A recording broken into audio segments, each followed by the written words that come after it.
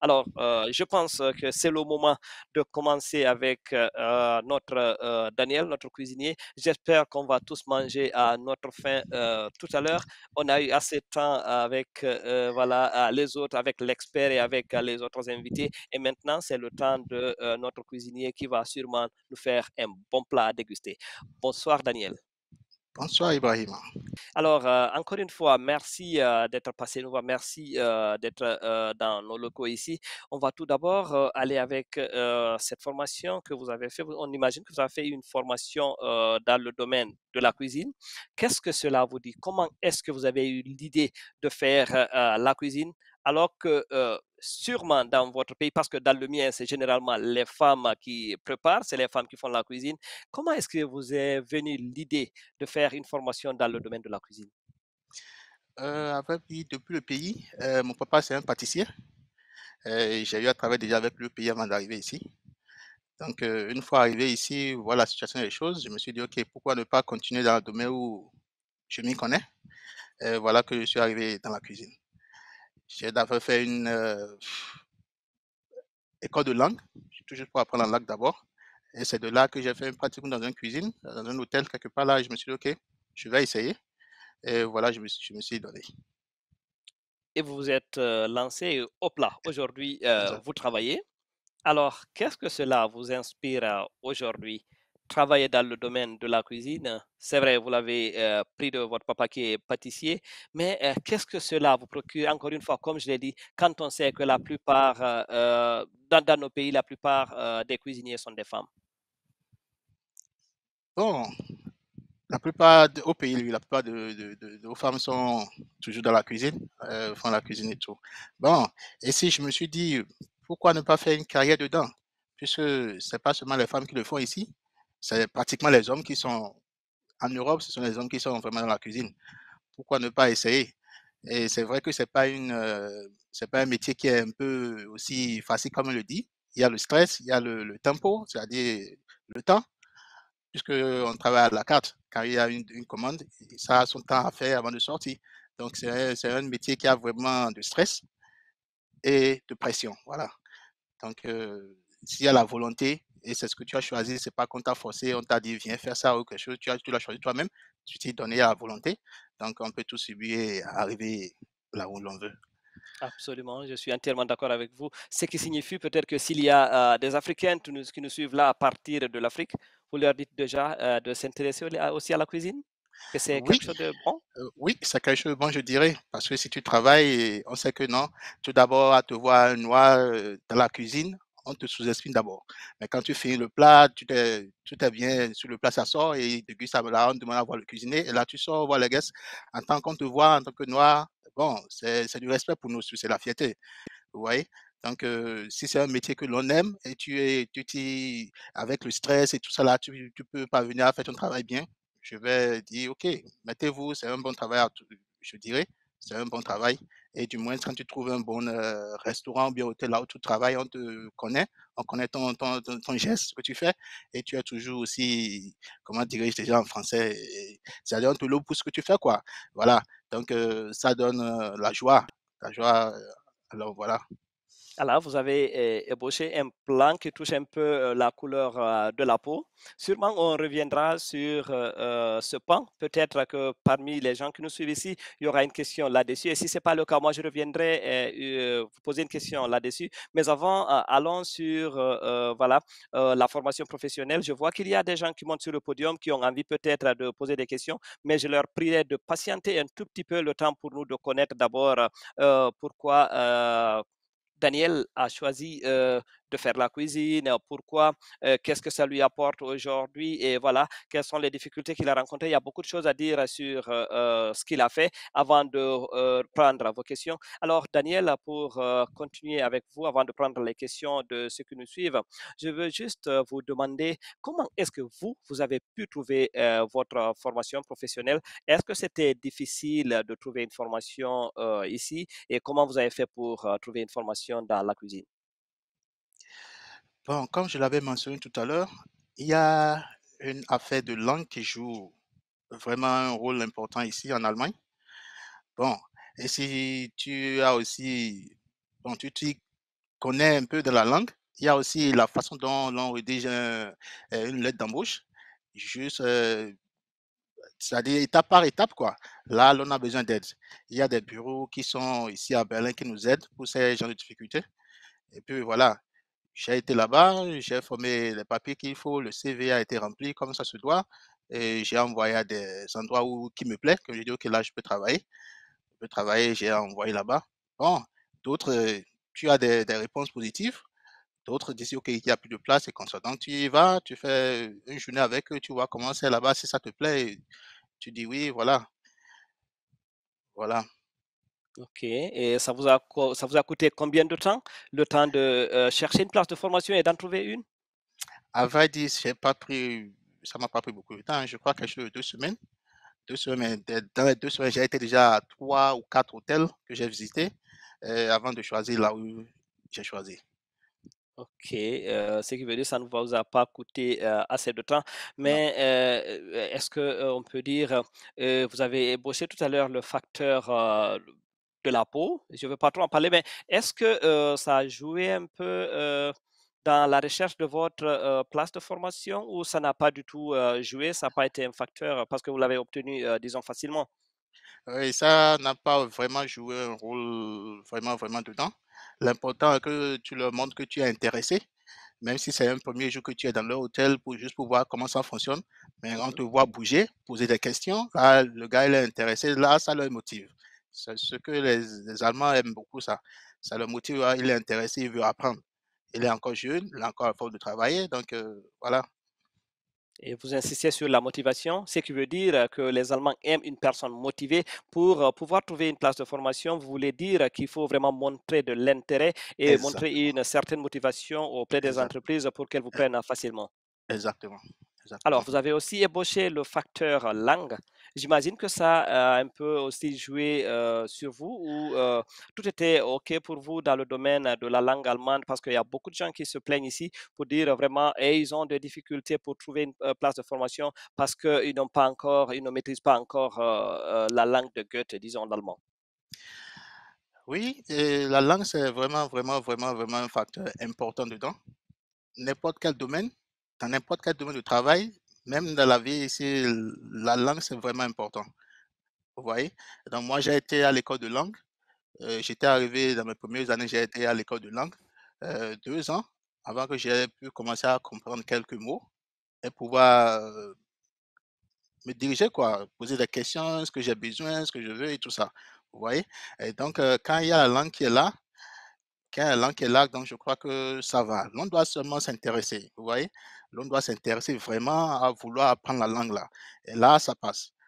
Vous voyez? École de langue les matins, le soir, école de langue chez des adultes, c'est vraiment les vieillards, là où il y a d'autres écoles de soir comme ça. Donc vraiment, il faut vraiment s'intéresser, se donner. Voilà. Et là, je crois que ça va. Sinon, avec la langue, c'est vraiment, vraiment important. Sans la langue, ça ne va pas du tout. Ça Oui, ne va sans pas du la tout. langue, ça ne va pas. Mais au sein de votre travail, est-ce que vous rencontrez des difficultés maintenant là, avec la langue ou bien vous êtes rodé maintenant, vous parlez parfaitement allemand ou bien même si vous êtes rodé, vous rencontrez parfois des difficultés de la part des clients qui viennent à l'hôtel, qui vous parlent ou de vos responsables qui vous parlent et que vous n'arrivez pas à comprendre le contenu de leur message ou qu'il vous arrive de redemander quelque chose ou ça va exactement. Ok, là, je dirais que ça va. Ça va avec la langue, ça va parfaitement. Mais comme on le dit souvent, l'on apprend au jour le jour. C'est-à-dire, il y a des mots aussi qui sortent, donc tu n'as jamais entendu, tu ne sais pas ce que ça veut dire. Ça sort des fois, très souvent chez les vieux, les vieilles personnes, ça sort des mots, les anciens allemands, là, ça sort. Et donc, quand ça sort dans une phrase, tu vas essayer de voir, OK, qu'est-ce qu'il veut dire par là? Maintenant, quand tu finis la discussion avec eux, tu te retrouves seul. Maintenant, tu vas voir. Il y a Google qui est là, il y a la traduction, tu apprends ça en même temps. Et là, tu as déjà ça en tête. Donc, ça vient souvent. Ça vient souvent. OK, ça vient souvent, on vous comprend. Alors encore une fois, on rappelle que nous sommes ici avec, Adefoulou Olu, Daniel qui est un, cuisinier qui travaille dans un hôtel, de la place. On parle de formation professionnelle. Vous êtes sûrement très, très nombreux à vouloir, poser, des questions à Daniel. Si vous voulez poser des questions, n'oubliez pas de repartir vers la zone privée, c'est-à-dire, la messagerie où vous pouvez laisser votre message et éventuellement, si voulez poser une question, vous pouvez venir à côté de moi et juste sur le podium où je suis, à côté de mon micro, vous me parlez, comme ça je vais parler, je vais répercuter votre question à Adé, et sinon à Daniel, qui va pouvoir répondre à votre question. Et éventuellement, si Sophie, ma collègue qui est là, a aussi besoin de poser des questions à Daniel, elle peut bien sûr s'approcher librement et poser ses questions. Et si, voilà, Sophie, je la vois approcher, peut-être qu'elle a une question. C'est plutôt une information que je voudrais donner. Comme Daniel l'a dit, quand la Allez-y. personne qui est déjà ici en Allemagne a des difficultés pour rédiger sa lettre, pour faire un CV, il y a Mhm. toujours des structures comme des Nachbarschaft oder d'autres bureaux qui peuvent le soutenir dans la rédaction de leur lettre de motivation ou, yeah, ou bien dans leur CV. Donc, il y a cette possibilité. Ce que je voudrais demander à n'est pas ici en Allemagne. Elle est au pays, elle voudrait trouver une place de cuisinier. OK. Merci, merci beaucoup, Sophie. Je ne sais pas si Daniel nous a entendus. Oui, oui, j'ai bien reçu le message. Euh, Dans ce cas, je dirais il y a aussi des bureaux de traduction, c'est-à-dire vous rédigez votre lettre soit en anglais, soit en français, et ça vient ici. Et il y a nos bureaux qui traduisent ça en allemand avant d'amener ça au HR. HR, ce sont les Human Resources, ceux qui Yeah. Des s'occupent de ressources ces humaines, gens. disons. Voilà, les ressources humaines, voilà. Et Mhm. c'est eux qui s'occupent de ces trucs-là. Très souvent, quand ça vient en autre langue qu'ils ne comprennent pas, ils envoient ça dans un autre bureau où ça doit être traduit avant de venir. Mais là, il va falloir que ce dernier ait la patience de prendre la lettre, maintenant d'envoyer ça dans un autre bureau avant de pouvoir lire ça. S'il a beaucoup à faire, bon, c'est ignoré. Ce qui serait mieux est que la lettre vienne en allemand vers eux. C'est-à-dire, ça doit déjà traduit. Le français, la traduction en allemand doit être les deux ensemble, comme le CV aussi, et que ça vienne vers eux. Sinon, beaucoup n'aiment pas faire ce tracasserie d'envoyer ça d'abord quelque part, traduire ça avant que je puisse te comprendre quelque chose. Donc, voilà. Alors, l'autre facette de la question de Sophie, c'est de savoir si vous avez, par exemple, une personne qui souhaite faire une formation dans le domaine de l'hôtellerie, qui est dans un pays tiers, par exemple, dans votre pays, le Bénin, ou dans mon pays, la Guinée, ou le Sénégal, ou dans un autre pays. Est-ce qu'il y a une possibilité pour cette personne de faire la demande à partir de là-bas et de venir? Disons que nous savons déjà qu'il y a une possibilité d'avoir un visa par rapport à la place, à trouver une place de formation ici dans le domaine de la formation. Mais est-ce que vous avez rencontré des gens de chez nous qui souhaitent venir faire une formation dans votre domaine? Oui, j'en ai rencontré, j'en ai entendu parler d'un gars là une fois. Bon, il ne faut pas oublier que la formation, c'est dual, c'est-à-dire c'est deux côtés. Il y a Mhm. théorie comme pratique. Donc, la façon dont tu cherches côté pratique, tu dois juste trouver une école pour la théorie. Et si les deux sont OK, je crois qu'il n'y aura pas de problème. Ils doivent avoir accepté et quand ils auront la lettre de Bestätigung, c'est-à-dire La Bestätigung, comment on dit ça déjà? confirmation. La La confirmation, voilà. confirmation. Voilà, la confirmation. Je crois que vous avez besoin de la confirmation de l'école aussi bien que de l'hôtel, de la place, vous voyez. Et là, ça, vous joindrez ça à votre document de demande de visa et tout ça. Et je crois que ça ne pose aucun problème. D'accord. Alors, Sophie, j'espère que votre question a été répondue. Je voyais tout à l'heure quelqu'un, Bobo Barry, peut-être qui souhaitait poser une question. Je ne sais pas si Bobo souhaitait poser une question, mais elle s'est éloignée un peu. Je ne sais plus si elle nous entend. Qu'à cela ne tienne, si elle nous entend, elle peut revenir vers nous poser une question. Si elle en a, ou écrire sur la messagerie, elle peut écrire directement et venir à côté de moi poser sa question. Si ce n'est pas le cas, on va continuer avec Daniel. Daniel, disons, la formation dans la cuisine, c'est quelque chose qui vous a enchanté. Quel est le plus grand souvenir que vous avez eu depuis le début de votre formation et depuis que vous avez commencé à travailler? Bon, Je dirais d'abord, j'ai une. Bon, c'était le temps où j'ai fini ma formation. C'était à l'examen. Et la théorie était déjà finie. On a passé la théorie puisque ça marche ensemble. Si la théorie n'est pas passée, tu peux aller passer la pratique. Donc, théorie était passée. Donc, j'ai été aussi à la pratique le jour. Donc, on s'est présenté. Le gars m'a regardé. Bon, voilà, on m'a pas pris. OK, voilà un noir qui veut travailler. Bon, c'est un chiffonnard, bien quoi, je sais pas. Mais à la fin dont il m'a regardé, le blic là a déjà tout dit. Donc, au moment où on dit, OK, commencer le travail, donc la façon dont je travaillais, la façon dont je travaillais, les techniques de coupe que je travaille le jour là, il s'est approché de moi, il m'a demandé, vous venez de quel restaurant? Oui. Ah, Et OK. là, je me suis dit non, je viens de Val de Astoria, c'est aussi 5 étoiles hôtel. Elle dit, ah, ok, ça se voit. Puisque c'est pas vraiment les plats gigantifs comme on trouve dans les restaurants des fois, c'est juste quelque chose pour avoir le goût. Ce plat est là. Je me suis dit, bon, il m'a sous-estimé. Voilà que mon Au plat est début. sorti. Là, il m'a vu, non. Et il vient de quelque part très important. Et ça, je n'oublierai jamais. Le blic, là, le regard qui m'a vu, le regard, je me suis dit, ok, voilà. Donc, c'est que je ne peux jamais oublier.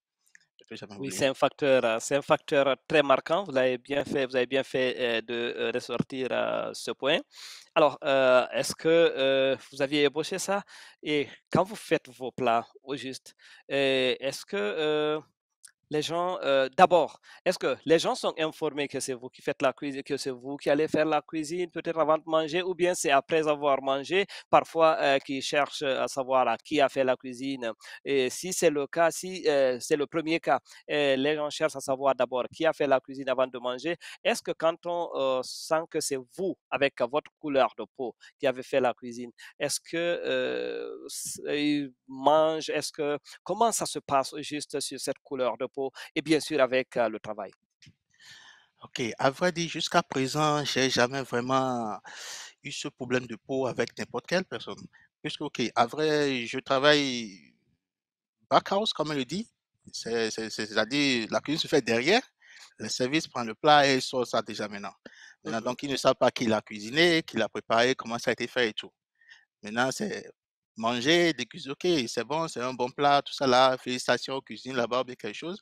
Et c'est là où on peut voir, ok, je demande à voir le chef ou bien je demande à voir qui a préparé le plat. C'est là où on sort au restaurant pour voir les guests maintenant.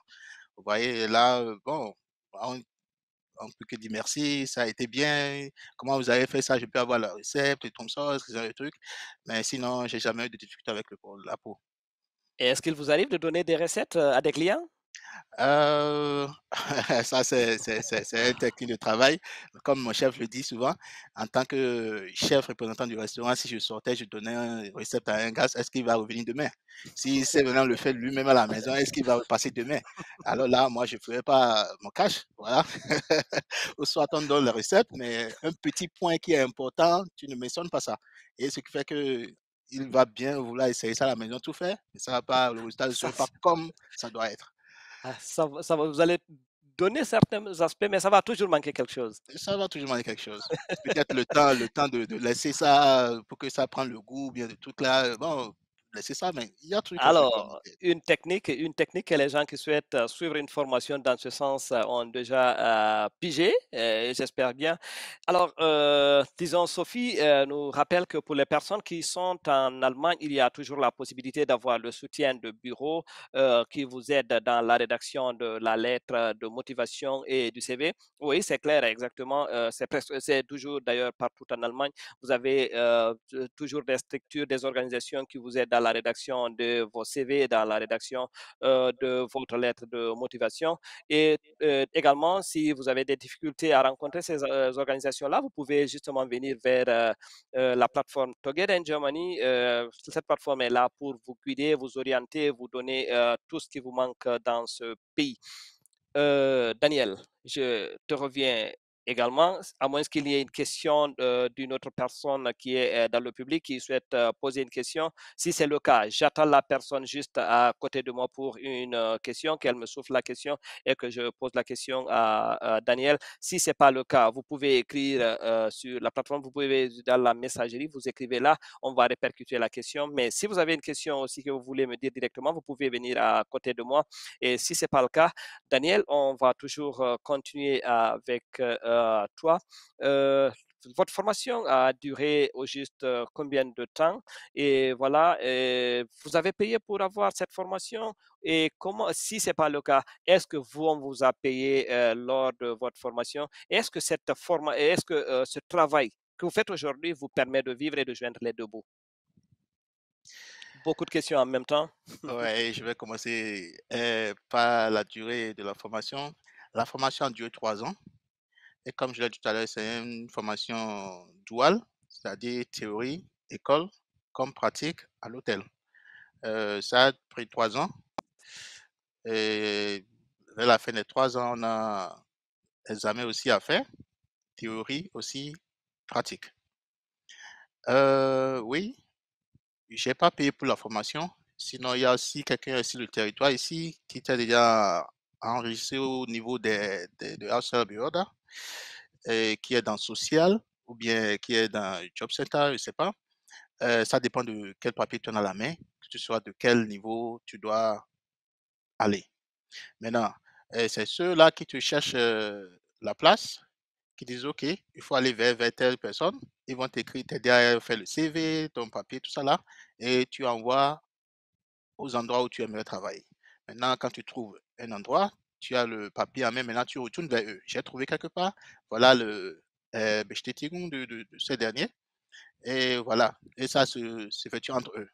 Maintenant, quand tu commences la formation, l'hôtel te paie, on aura, je sais pas, dans l'année, c'était quelque chose de 700 € je crois, on te paie ça, et quelqu'un qui est en tant que Atsubi, qui est en train de faire une formation dans le moment, il doit savoir comment se débrouiller avec cette somme-là, payer son Mhm. loyer, payer tout ce qu'il doit payer et vivre pendant les 3 ans et fini. Maintenant, après la formation, tu commences déjà en tant que commis, c'est-à-dire étape 1, tu as fait une formation, maintenant tu travailles. Étape 1, c'est ça qui est commis. Et avec le salaire qu'on trouve là maintenant, ok, tu vas aussi essayer de te débrouiller, c'est pas aussi beaucoup comme ça se doit, mais quand même, c'est pas une vie luxueuse comme ça, quoi. Donc, tu commences maintenant, c'est maintenant que tu commences aussi à apprendre, vous voyez. Maintenant, c'est pas, deuxième étape, t'es mis chef de parti. Maintenant, tu viens chef de parti, tu viens sous-chef. Bon, je ne vais pas beaucoup me plaindre. Avec ce que je gagne aujourd'hui, je suis OK, je suis parfaitement OK. Ma famille en Afrique sont OK. Aussi, je vis comme ça sur toi ici. Donc, j'arrive vraiment à me faire dans mes mouvements. Vous vous plaisez dans ce que vous faites et Exactement. ce que vous gagnez vous suffit ici et avec votre famille en Afrique, parce qu'il faut savoir aussi que nos familles en Afrique nous attendent tout le temps. C'est très bien. J'espère que c'est quelque chose de super important que vous nous dites là. Est-ce qu'aujourd'hui, vous encouragez nos frères qui vivent en Afrique de venir ici en Allemagne dans le cadre de dans le cadre d'une formation dans le domaine de la cuisine, ou les jeunes qui sont là, qui sont venus ici et qui cherchent aussi à faire des formations. Est-ce que vous pouvez leur conseiller de faire une formation dans le domaine de la cuisine?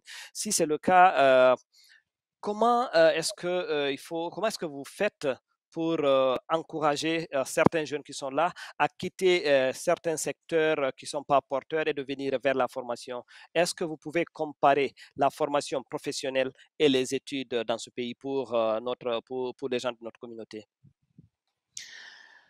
Bon, là, je dirais d'abord que vraiment faire une formation dans ce domaine, tu as besoin de la patience. La patience. Et Mhm. je sais que en tant qu'Africain, chez nous, c'est une autre manière. Vous voyez, quand il y a des problèmes, on gère ça avec les bras, c'est-à-dire au point, auto, et ça, c'est réglé. Maintenant, ici en Europe, c'est pas ça. C'est pas ça. Même quelqu'un qui n'est pas un petit, qui n'est pas âgé comme toi, peut mal te parler, tout simplement parce qu'il est ton patron. Il te parle Ouais. et tu ne dois pas réagir. Tu acceptes et tu fais ce qu'il te demande à faire, point. C'est-à-dire, il doit avoir la patience vraiment. Et il y a aussi l'important au niveau des clients, des guests, comme on le dit dans mon domaine. Mhm. Euh, C'est-à-dire, une commande, ça a son temps sur la fin de sortie. Vous voyez, le plus vite possible. Le plus vite possible. Et cette pression-là aussi, ça joue aussi un facteur dans notre domaine. Il y a beaucoup de gens qui n'arrivent pas à gérer cette pression. Vous voyez, déjà avec 3, 4 commandes devant eux, tu vois la commande comme ça, là, il faut commencer déjà à paniquer. Vous voyez? Mhm. Donc, Oui. il y a ça aussi qui joue vraiment un facteur. Maintenant, si quelqu'un n'arrive pas à vraiment gérer ces situations-là, je vais conseiller de ne même pas s'approcher. Mais quand même, c'est un bon métier. C'est un très bon métier. C'est-à-dire, je suis fier de ce que je fais.